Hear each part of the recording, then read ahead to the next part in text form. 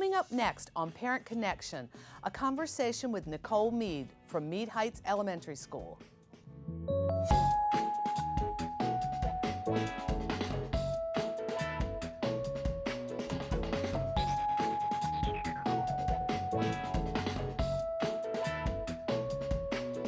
Welcome to Parent Connection. Today, our guest is Nichole Meade. Nichole is a parent from Meade Heights Elementary School. Welcome, Nichole. Thank you. Thanks for having me. Thanks for coming. Tell us a little bit about yourself and your family. I was in the military myself. My husband and I met when we were stationed in Iceland. And when I was in the military, I discovered that that's when I wanted to be a teacher. So came back and got my degree in elementary education. So I was a teacher before becoming a parent volunteer. And I understand the need for volunteers in the school, the need for help. And so when my daughter started school, it was a natural thing for me to want to be part of the school. And what inspired you to volunteer? You're saying it inspired you because you were a teacher, so you knew that. But once you got into the school, did you find out about what the needs were or the programs at Meade Heights? At the open house that the school had, all the kindergarten teachers were in a room together. They brought all the parents in, and they started talking about the different programs at the school, the different things they were going to be doing. And Ms. Travers talked about the JESS program that she runs, the Junior Engineer and Scientist Series. And immediately, as a former science teacher myself, I was like, oh, what's this program you talk about? And she said that it was an after-school club.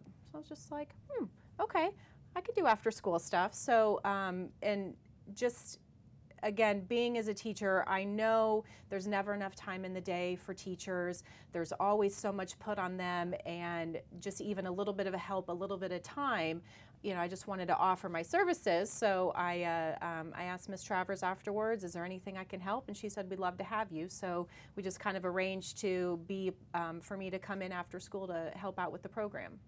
And the program that you're talking about, it has to do with STEM, correct? The STEM program? It does. The schools around Meade have the STEM at Meade program, and the STEM program has brought a ton of information and resources into the schools. The STEM program has brought JESS, the Junior Engineer and Scientist Series, and that is for kindergarten through second grade students. There's also Lego clubs, there's a regular club, there's a competitive club. It's helped bring transportation and snacks for the students after school to kind of alleviate any of those worries for parents of, it's the end of the day, how am I going to get my kid after school? Right. And then they've also smart boards into the classrooms, and even the STEM grant has even provided substitute teachers for the schools so that the teachers can attend STEM training. So it's just kind of opened a whole world up to the teachers and to the school having the STEM grants. Well, for those of our viewers that are watching who don't really know what STEM is, give us a little background on what does STEM stand for? STEM stands for Science, Technology, Engineering, and Math. And it's a push around the country, really, to really get young people excited and interested about these fields. It's no mystery that our country is kind of falling behind in that area. Right. And programs like this really encourage getting students excited at a young age about all the different possibilities, all the cool things that science and math can do. And like this, the JESS program, we do experiments, and we talk about molecules, and then we talk about aerodynamics, we talk about gravity, just different things that the students may not necessarily get in their regular science curriculum. It's something to kind of pique their interest in all different sorts of areas and really encourage them. One of the promises of JESS is the students say every class period, I promise to do well in math and science. And so it's starting that conversation early. Right. To help grow that interest and that excitement so that when they continue on to high school and even into college, they will continue to pursue these science, engineering, and math degrees. And as you mentioned before, too, we want girls as well as boys to be involved in it, and it's a natural thing. It seems like for boys, they've always been drawn to it, but for some reason it's more of a society thing that girls weren't, because we didn't encourage them. So this is a really great change, I think, in the education system, where we have things like this that are really making sure that everybody's on a level playing ground and letting them know what the opportunities are, and like you said, kind of lighting that fire at a very, very early age. Exactly. My daughter is in kindergarten in a Miss Travers class, and just having these conversations about science. I got her some engineering toys for Christmas, and she's always building stuff and doing stuff, and I'm using that vocabulary. Wow, you are a great engineer. You know, you are a math genius, when she, you know, does a basic math problem. But again, getting that started early. Right. And she even asked me the other day, Mommy, when do I get to go to engineering school? Okay, let's sign her up, you know. And I think programs like Jess, and even just having the STEM programs at the school, it's a completely inclusive program that gets kids from every background, every gender, gets that conversation early and saying it's not just a boy thing, you know, girls can do it too. It doesn't matter where you're from, it doesn't matter, you know, anything about, you know, the type of person that you are. These are careers that anyone can pursue. Right, and it's not, your background doesn't matter, what your parents do doesn't matter. It's just showing them that everybody is eligible and everybody can actually do this if they start to work on it at a young age. Absolutely. Can you tell us a little bit about like how Jess started, and maybe again what Jess stands for? Okay, Jess again is the Junior Engineering and Scientist Series. There was an engineer at the Naval Academy, Sharon Disher, and she saw a need. So she developed this program. It's in 2 volumes for for the kindergarten, first grade, then for the first and second graders. And she created this whole curriculum of experiments and lessons and even books. Like one example, a book called Molly Molecule. And this book she talks about, and she wrote the books, got help illustrating the books, and so we do a little bit talking about what we're going to experiment. We read the book to give the students a little bit more of a background of it, and then we get to do the experiment. Every class has an experiment, and so the students just learn all sorts of things. And she started this program again to grow our own, get our kids started early about talking about these things. You know, these science concepts don't have to be just for high school students. Get them started young. When you tell a child about a molecule, they may not get the full concept of what that is, but if you plant that seed, then as they get further into science, they're like, oh, okay, I know that. We did that in Jess. So it builds that background knowledge and just helps to get them more confident in those things. And you're also, the whole time, you're reinforcing reading strategies and you're building that vocabulary that is so important at a young age, because they're very open to it, but lots of times we don't use the larger words or scientific words at that age. So if they start saying them and understanding what they're for, like you said, that it's going to come very naturally later. Exactly. And one of the other, there's a whole series of statements that the students have to read that we repeat, the Jess Promise. And one of them is, I will believe in myself. And I think that's where, maybe a lot of the lack of science and technology and engineering of our young people has come from, is they see this as a hard class or it's a hard concept, and I just know I'm not very good at that, and so not even trying, not even putting that effort forth. And so one of the things that Ms. Disher talked about with the program is encouraging our young people to take these higher level classes, to take these more difficult classes, even if they think that they may not be able to do really well in them, but we have to teach them to set their standards high. Right. You know, if you can do this and just stay at this level, okay, that's great, you're gonna have, you know, you'll be good at that, but how do you know that you can't do this unless you try? Right, challenge and so, yourself. Exactly, and so I think starting this vocabulary at a young age, you know, it shows kids, I know that. I can talk about molecules. I can talk about aerodynamics and things like that you know, kids really wouldn't think Right. in the beginning. Even adults wouldn't think that a kid would be able to understand that. But again, you plant that seed of that vocabulary in a child's brain and you have no idea of where it can go. Oh, I definitely agree with you. And I think it is something that really, as parents, it gives us tools too. So we start hearing about it, and maybe it was something that we wouldn't have naturally talked to our children about, but now our children can come home excited, they're talking about it. So it opens up opportunities for parents to talk to their children about things that they can do and expose them to careers that maybe they've never been exposed to before. Absolutely. I think that's the biggest thing I think you're saying too is just giving them the confidence that you can do this, and you need to think as a scientist and think as an engineer. Yeah, and I think as a parent myself, you know, we kind of get locked into they're only 5, they're only in kindergarten, Right. they're only in 1st grade. But again, like with my daughter wanting to be an engineer now, if I didn't have those conversations with her, she wouldn't know that she can be one. And I think that's important for as parents, is we need to give our kids that exposure. You know, Right. show them the world beyond, you know, the things that they do and see every day. You know, even you know, a teachable moment, you see an airplane up in the sky. Talk about, why do you think the airplane is up there? How is it able to, you know, to go? And just even say, you know, that's what scientists do. That's what engineers do. And so it doesn't even have to be anything that costs money or be a field trip of any kind. Just asking questions. Why do you think the sun is shining this way? Why do you think that, you know, the car is able to move this way? Right, exactly. And the other thing too, with the scientist part, you don't have to know the answers. That's what the internet, that's what libraries are for. Go do the research together. Come up with a question. You know, why does this happen? You know, that's a good question. Let's go figure that out.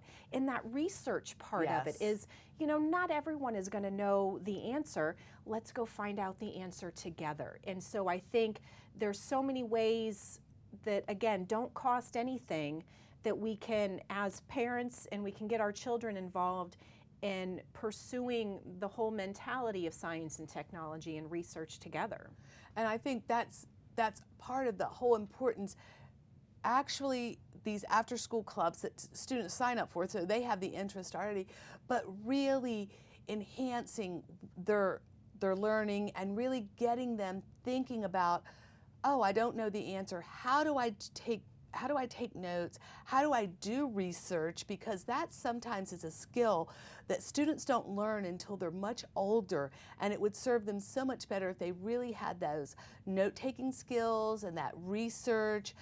How do I know what's a good source on the internet and what's not a good source, and how to use libraries effectively? All of those kind of things are things that they use that they wouldn't have been exposed to if they hadn't come there. And Right. like you said, talking about going over a bridge or driving in the car. How do you think this bridge is staying up? You know, we're over the water. What's making it stay up? And just normal conversation things that you could bring up that you may not know the answer to either as a parent, but you can go home and then help them do some research with it. All of those things will enhance our education and just make them those global thinkers that we really are striving for here, you know, in every school system. Absolutely, and I think that there's a lot of resources at the school itself, just even the media specialists or the technology Right. specialists at the school. You know, send them an email. What, you know, my child is interested in this. What are some books that you can recommend that when they come to their library time that I can, you know, kind of Right, that's a have good them idea. gear towards. So, you know, I think too many times parents send their child to school and they pick them up. Right. And that's the end of the connection.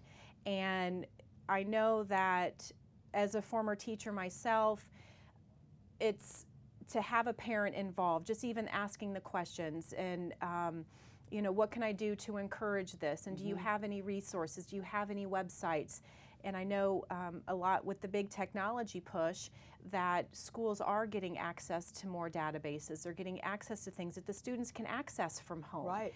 And again, just kind of opening that window of of communication between the schools and the parents. What can, what do we have already in place that we can, use to Yes. help my child pursue this interest that they have? So, again, yes, I'm going to the school every week to volunteer, but there's things that parents can do to be a part of the school, to have that connection that don't really take a lot more time than sending an email or making a phone call. And I think that's important for parents to I agree. understand. I think that partnership, that's the word, the partnership between the school and the home.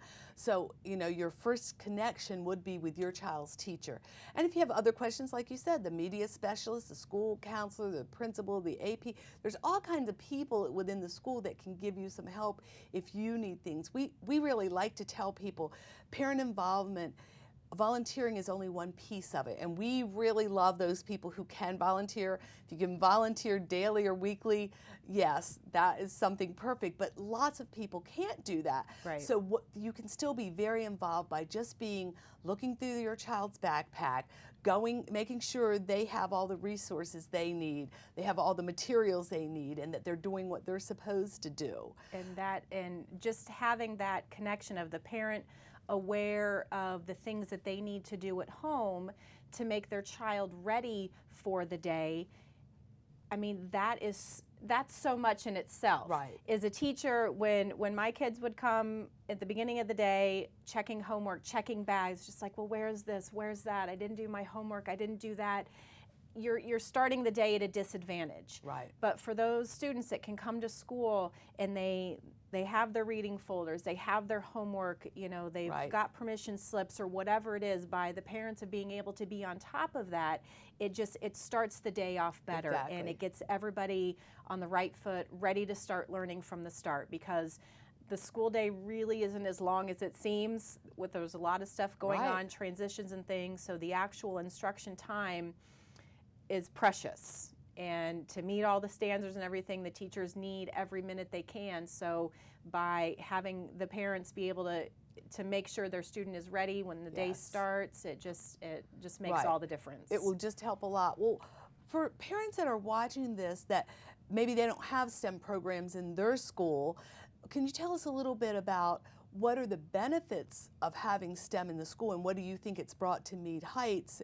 And maybe some suggestions for things, because even if you weren't necessarily a STEM school, you could still start a program, and to become one. So could you tell us what you think it's done for Meade Heights and the advantages? I think, kind of the biggest thing that we talked about before was just introducing that vocabulary, introducing those ideas to students. And for schools that don't have a STEM program, the internet is so full of resources and free resources.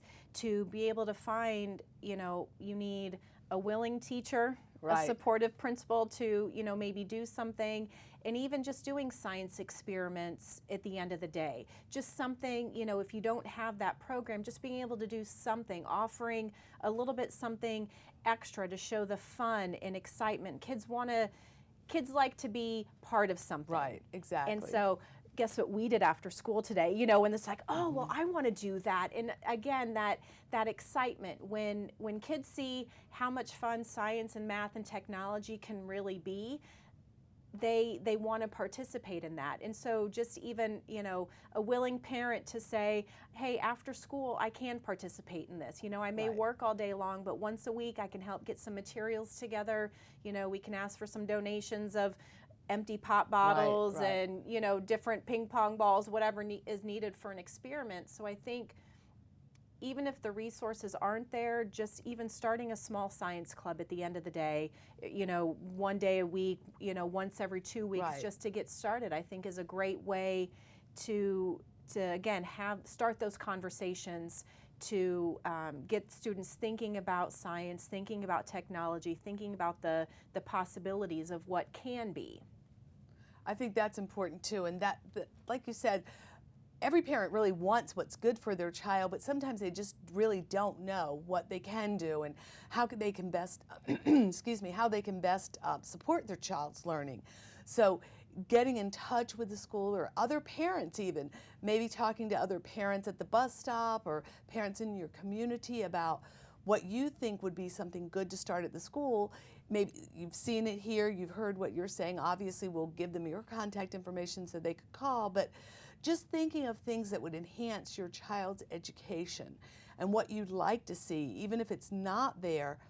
Our principals and our teachers usually are very open to any after-school event that's going to enrich instruction. You know, that is really important. And sometimes it might be through the arts, sometimes it's through STEM. It's lots of different avenues, but kind of finding what in your community is the thing that will draw people. Like you said, you're in the Fort Meade community, so lots of people are already involved in those fields of science, technology, engineering, and math.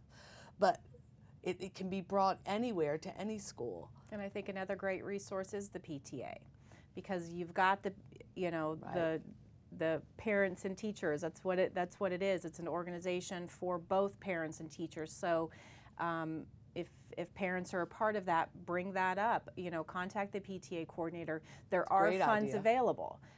You know, they do fundraisings all throughout the year, and maybe they have some funds that they're not really sure what they want to do with.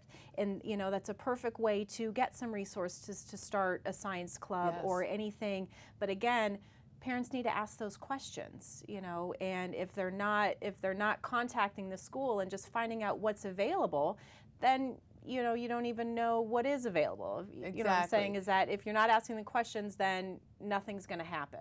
Well, and you mentioned PTA, and PTA, though it's an advocacy group, its mission, part of its mission is actually to offer after-school enrichment.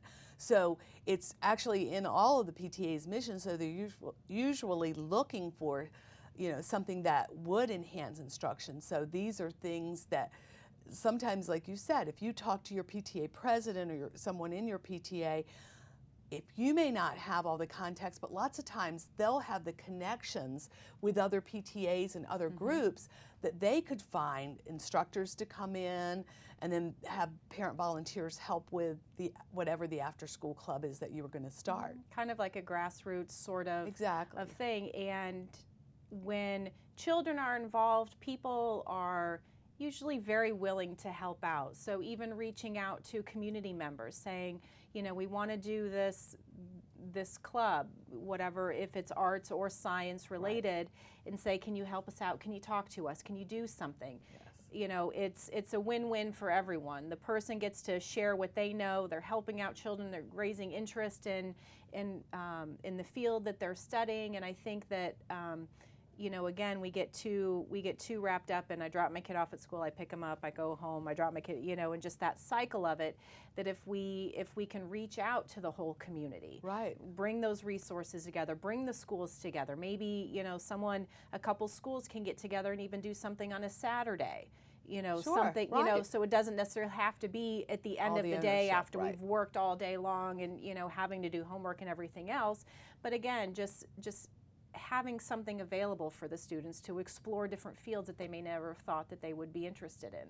That's exactly right. Just whatever you can do, because if everybody gives back something, like you said, that really is kind of networking, finding those networks and actually working within those gives us so many times resources, and we don't need to reinvent the wheel. We just need to. And I do want to let our audience know that you were Volunteer of the Month for this project, the JESS project, because it is unique to Meade Heights, and it is such a wonderful thing, starting science, technology, engineering, and math right at that elementary level, and not just elementary, kindergarten level, which is so important, getting the excitement built, because kindergartners are excited about everything. So when they're already excited and they love going to school, and then you grab them with these other really neat experiments they get to do and discussions they get to have, it's really a good opportunity. And we want to thank you for your time volunteering for Meade Heights. I know they appreciate what you do there. Thank you, I appreciate it. And again, as a former teacher, I do understand that need for the involvement, for the extra help, even if it's just coming in, making a couple copies. It's one less thing that the teacher has to take away from their precious time to do. And so you know, I'm just glad that I'm able to do it, and I know the impact that any parent can give to the school just makes a huge difference. It certainly does. And thank you so much for joining us today on Parent Connection. We really, truly appreciate everything you're doing for Meade Heights and for Anne Arundel County Public Schools. Thank you. I know your child is really going to benefit from that as well. Thank you. And thank you for joining us on Parent Connection. Until next time.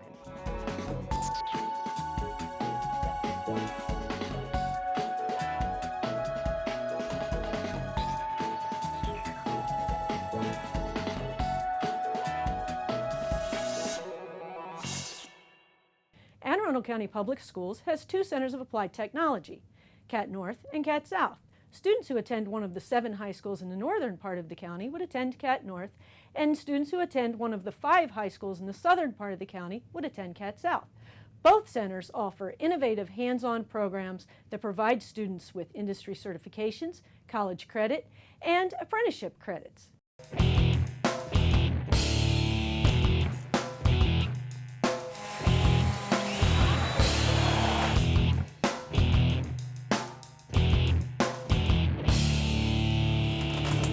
I chose to come to CAT North because this offers a more in-depth field. This is more hands-on, you get more work done, it looks better with colleges, it looks better on a resume, you get more opportunities. We get the same credits for being here that we would get in high school, but these are fun credits.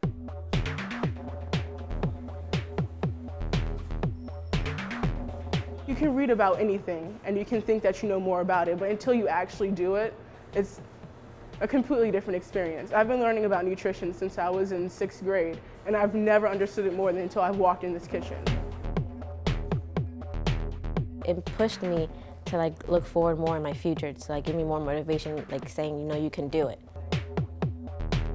Students come to CAT South and they understand the small classes, they understand one-on-one instruction, they understand hands-on activities. I get more attention from the teacher because this is a smaller classroom and I can be interacted with, and if I have a question I can get direct assistance from my teacher at all times.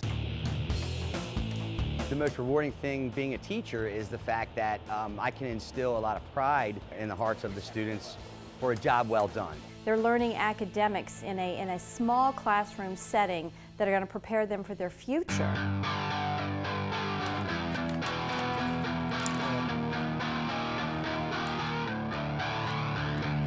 The purpose of education is to create citizens that are productive in the workforce. CAT North provides students with a unique opportunity with the hands-on learning styles, state-of-the-art equipment, the more personalized and smaller classes, and the opportunity to really not just learn about a trade, but actually to learn the trade itself. CAT South will allow me to advance to take my state board test so that I can become licensed as a cosmetologist. Now I know exactly what I want to do, and CAT North pretty much just guided me in the right path. I can work my way through college doing this, and it's a great opportunity to learn things. They really, really look forward to leaving our program with certification in the career path that they've chosen. The partnership that we have with Anne Arundel Community College, in which they can earn college credits that are proficiency credits, is also a great opportunity. Our business partners are the people that actually drive our programs. They keep us abreast of what's happening in the industry, what the standards are, and making sure that we do see our standards coming through our students. We found that hiring from the program, we get a better employee that wants to stay here. They grow with us, we grow with them, and the benefit is mutual. I already have a job opportunity out in the field, and it's really a great reward you get out from this program. It's a great learning experience. You know, if you want to take what you've learned here and go on to any tech school, you have a lot of, basic knowledge. You get certifications, and that'll help me with jobs, pursue my career as an automotive technician. It's preparing me for real work when I get out of high school. It's real-world industry experience that you just can't get anywhere else, and it really prepares you for the outside world and for post-secondary school. I'll be closer to being able to get a job and getting into a career. When I graduate, I'll be more college and career ready. The only thing I'm going to regret is when they have to kick me out of the door in this place.